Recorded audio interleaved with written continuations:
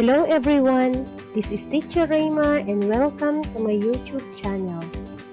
Today, we are going to learn the 4th week lesson in English for grade 2 pupils.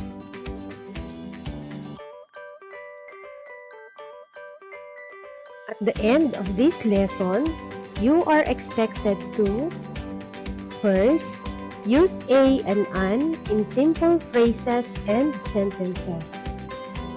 Second, recognize the correct use of a and an plus noun. And third, write common noun for a or an in sentences. For your learning task 1, listen and understand. When do we use a and an? We use a and an for words that mean only one. Again, only for words that mean only one. So, when do we use a? We use a before words or names of objects that begin with a consonant. Can you still remember our consonants? Very good. We have 21 consonants. And when do we use an? We use an before words or names of objects that begin with a vowel. How many vowels do we have? Yes, we have 5. They are A, E, I, O, and U. And all the rest of the letters are called consonants. Let's have the following examples. For an and a. An umbrella. Umbrella begins with U, and U is a vowel. That's why we are going to use an umbrella. For letter A, we use a table. Table begins with a consonant. A table. Next example, we have an envelope. Envelope begins with a vowel. That's why we use an. Next, a spider. Spider begins with a consonant. That's why we are going to use a spider. Next, an apple. Apple begins with a vowel A. An apple. And a dress. Dress begins with a consonant D. That's why we are going to use a dress. Do you know now when to use a and an? When do we use them again? We use a for words or names that begin with consonants. And we use an for words or names that begin with a vowel. For your learning task 2, I went to Rika's birthday party. Find out the many things I saw. Choose a or an to complete its sentence. Number 1. There is an lechon on the table. There is an lechon on the table. What are you going to use? Is it a or an? Next, number 2. Aniela is eating an ube ice cream. Again, Aniela is eating an ube ice cream. Next, number 3. Luis is wearing an party hat. Luis is wearing an party hat. Next, number 4. There is an chocolate fountain. There is an chocolate fountain. And for number 5, Siron is peeling an orange. Siron is peeling an orange. Okay, are you done? Let's move on to learning task number 3. Write a or an before the nouns. Number 1. Ice candy. Blank ice candy. Next, number 2. Pair of earrings. Blank pair of earrings. Number 3. Blank bench. Blank bench. Number 4. Blank egg pie. Blank egg pie. Number 5. Blank flower. Blank flower. Are you done? It's very easy, isn't it? Next, for learning task number 4, put a check if the use of a or an is correct and cross if not. Do this in your notebook. Again, check if the use of a or an is correct and cross if not. Number 1. A rainbow is a colorful arc in the sky. Again, a rainbow is a colorful arc in the sky. Number 2. An igloo is a house shaped like a dome. Number 2. An igloo is a house shaped like a dome.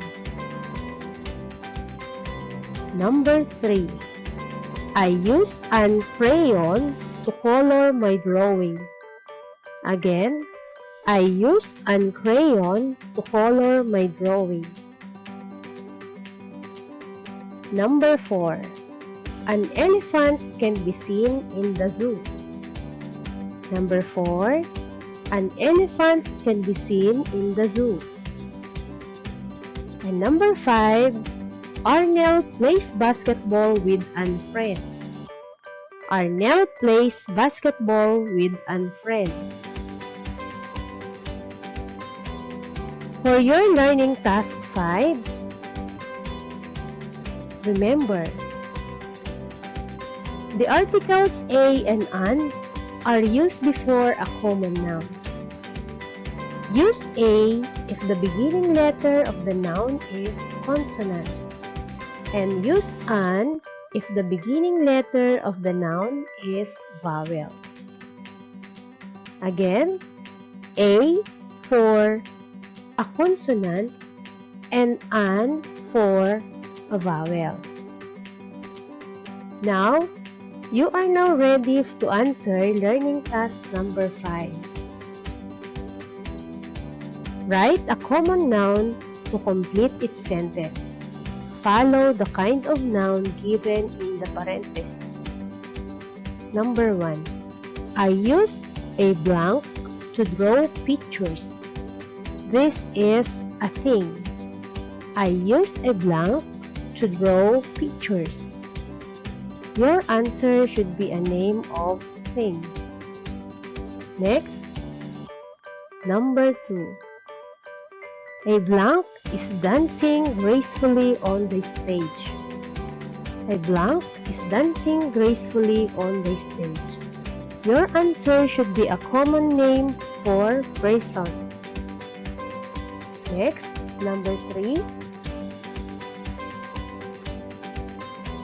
An blank can be seen in the forest. An blank can be seen in the forest. Your answer should be a name of an animal, a common name for animal. And number 4, I want to eat an blank for my snack. I want to eat an blank for my snack. Your answer should be a thing, a common name for a thing. And number 5, let us visit a blank after this pandemic. Again, let us visit a blank after this pandemic. Your answer should be a name of place, a common name for place. Are you done? Now, gather all your answers and let's check them using the following key to correction.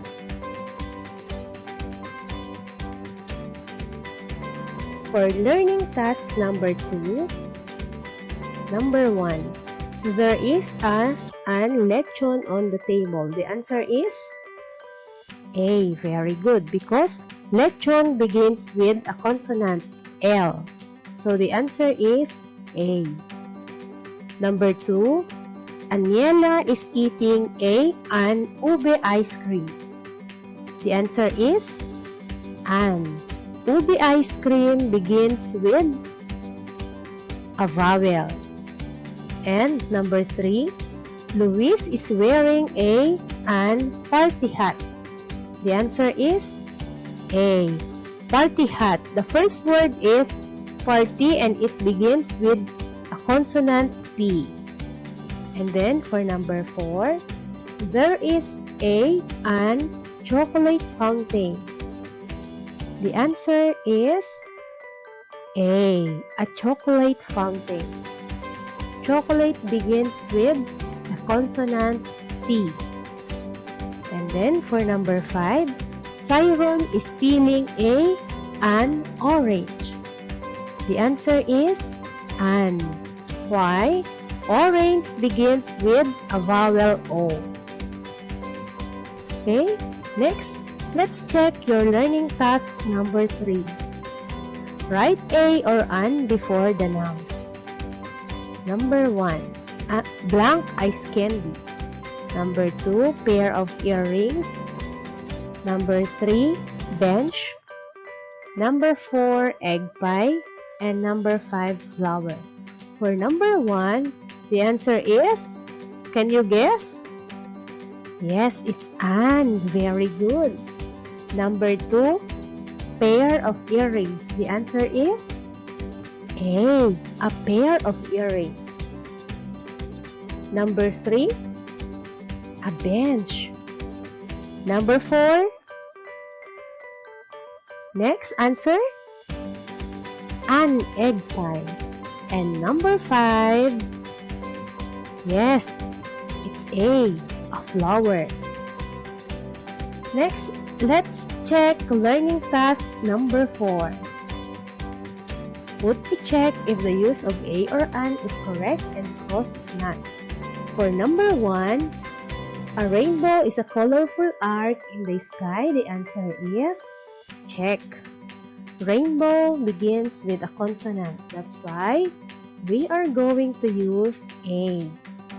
Next, number 2, an igloo is a house shaped like a dome. Igloo begins with a vowel and our answer is an. Next, number 3. I use an crayon to color my drawing. What's your answer? The answer is cross. Why cross? Crayon begins with a consonant. That's why we should use a crayon. And then for number 4, an elephant can be seen in the zoo. The answer is check. And for number 5, Arnel plays basketball with an friend. Friend begins with letter F. And friend is what? Letter F is a consonant. That's why our answer should be A. Okay? And then for your learning task number 5, our answer may vary, but then your answer should be what? It's a thing that can be used to draw pictures. Okay, so my answer is pencil. Next, for number 2, A blank is dancing gracefully on the stage. Okay? A common name for person. My answer is a girl. Okay, so a common name for person that can dance. Next, for number 3, and blank can be seen in the forest. My answer is owl. Okay, so any animal that begins with a vowel is correct. Next, number 4, I want to eat and blank for my snack. So, our answer should be a thing that begins with a vowel. So, my answer is apple. And for number 5, let us visit a blank after this pandemic. My answer is beach. I want to visit a beach after this pandemic. So, your answer should be a name, a common name of place that begins with a consonant. So, that ends our lesson for today. I hope you learned something new. If you find this video helpful to you, you can share it to your friends so that they will also learn the 4th week lesson for grade 2. Again, this is Teacher Reina saying thank you and see you on our next lesson. For my references, and again, see you!